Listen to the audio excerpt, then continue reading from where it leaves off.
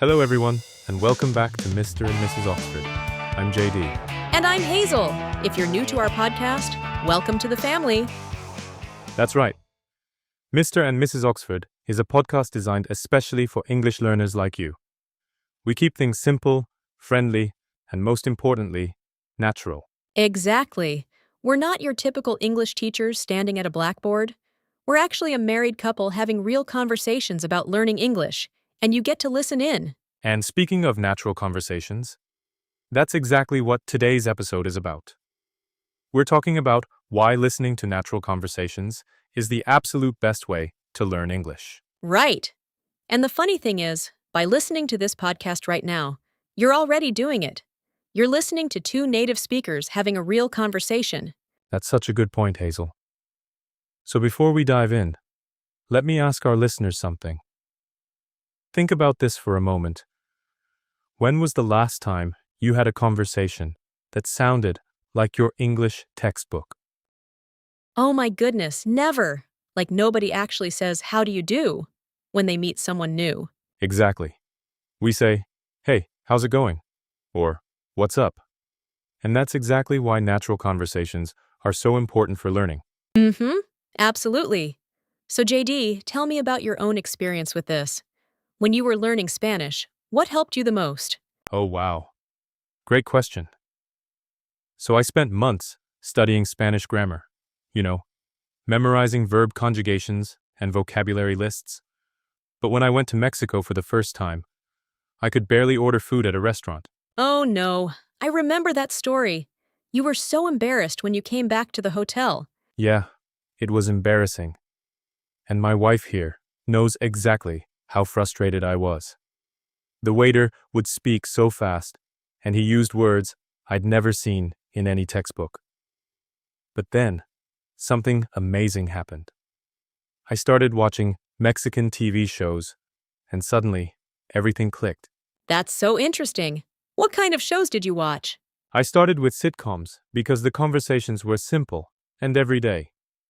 People were talking about normal things like work, family, relationships, and I began to notice patterns in how they actually spoke. Right, exactly. And that's the key word, patterns.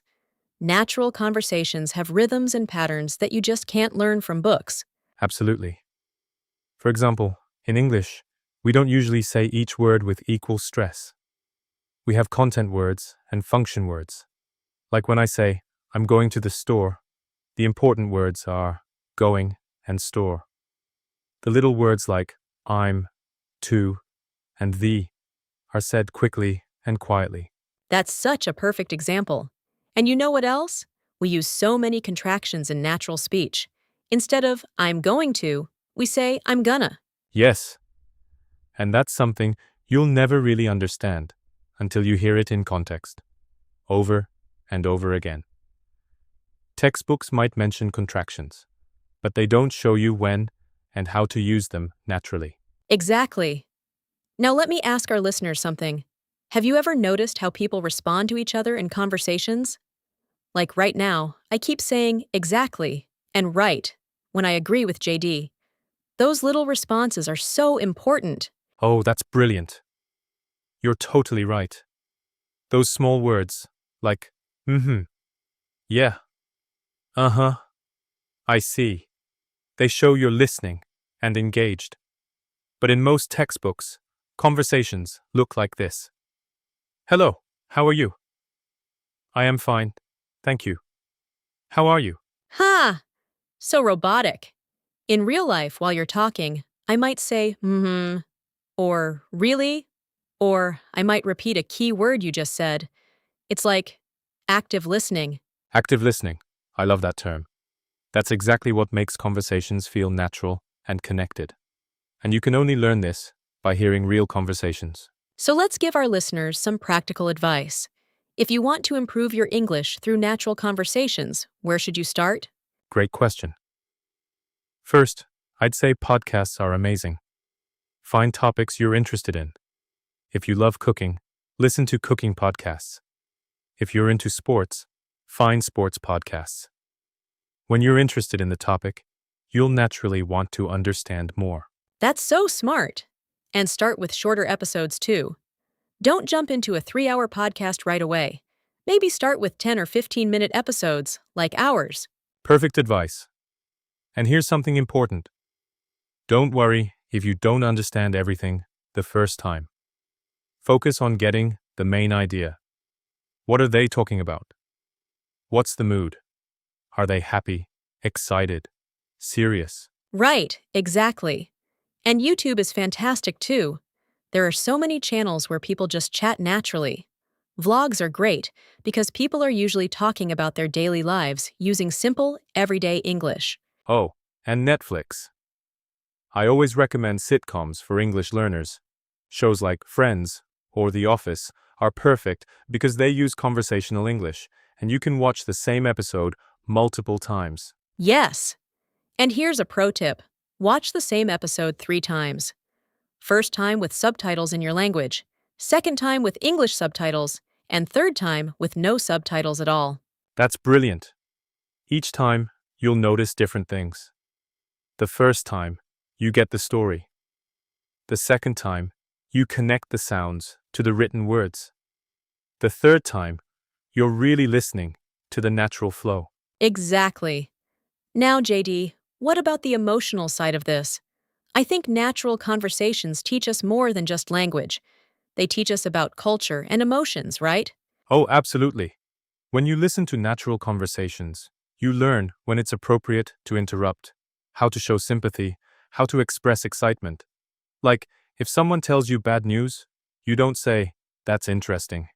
You say something like, "Oh no, I'm so sorry to hear that." Perfect example. And tone of voice is huge. The same words can mean completely different things depending on how you say them. Like if I say, great job, in a happy voice versus a sarcastic voice. Ha! Yeah, sarcasm is something you definitely can't learn from textbooks.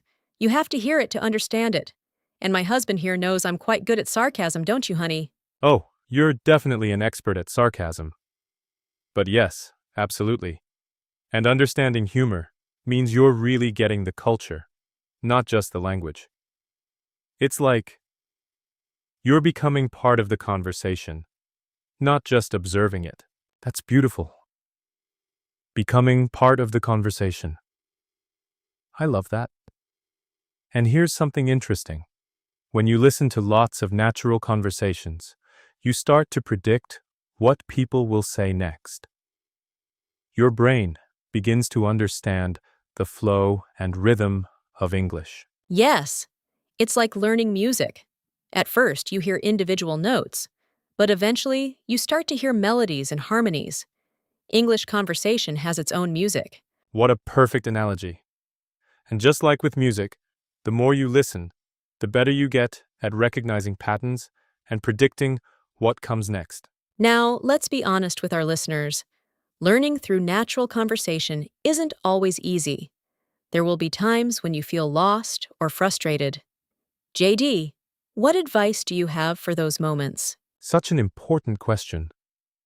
First, remember that feeling confused is totally normal. Even native speakers don't catch every word in every conversation. The goal isn't perfection, it's understanding and connection. Right, exactly. And celebrate small victories.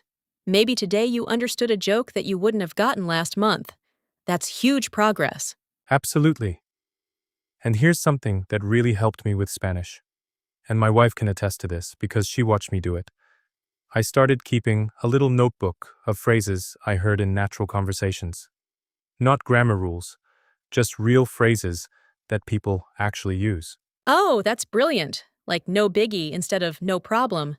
Or hang on a sec instead of please wait a moment. Exactly. Those phrases make you sound natural and fluent.